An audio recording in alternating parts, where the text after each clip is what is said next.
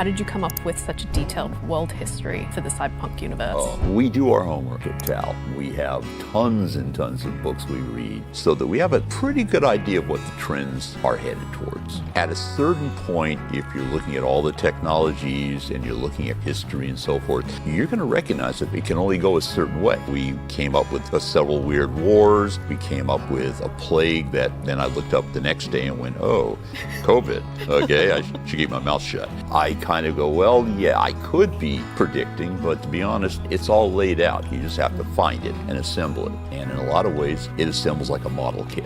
You're going to have food that is going to be more processed because there's so many people. What's that food going to look like? How will it be sold? Our art director, she got together with Jay Gray, and they just created corporations that did food. And James Hutt, as it turned out, his mother had actually worked for a very, very large food combine, so he could draw on that. And next thing we knew, we had a food company that made kibble. But that wasn't me just coming up with a weird idea. It was assembled from all the things we saw around us. And that's how we get this stuff. When I first started looking at doing the cyberware, one of our writers, Colin Fisk, his dad was a neurosurgeon. So I went to him and said, what can we do? How can we get away with these things? And he gave me a lot of ideas about what was feasible. And you were asking about what kind of technology I would want. I kind of had it done to me. In my family, cataracts run. Eventually, my doctor said, you're getting cataracts. Before they get in there, you should get your eyes worked on. I go in and my doctor, she says, okay, so we're going to do one eye one week. We'll do the other eye the next week. I said, okay, this is going to be really painful. She said, no,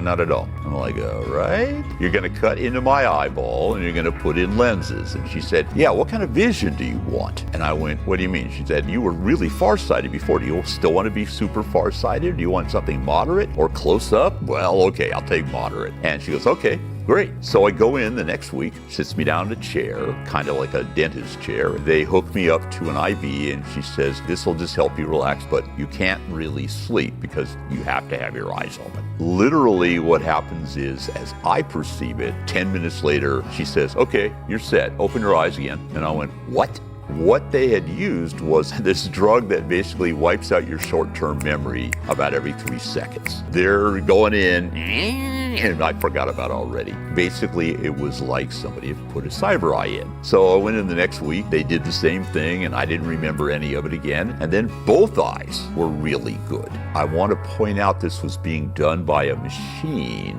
to implant lenses of my choice into my eyes. I got cyber eyes, and I said at the end of it, I said, so you're my Ripper doc, aren't you?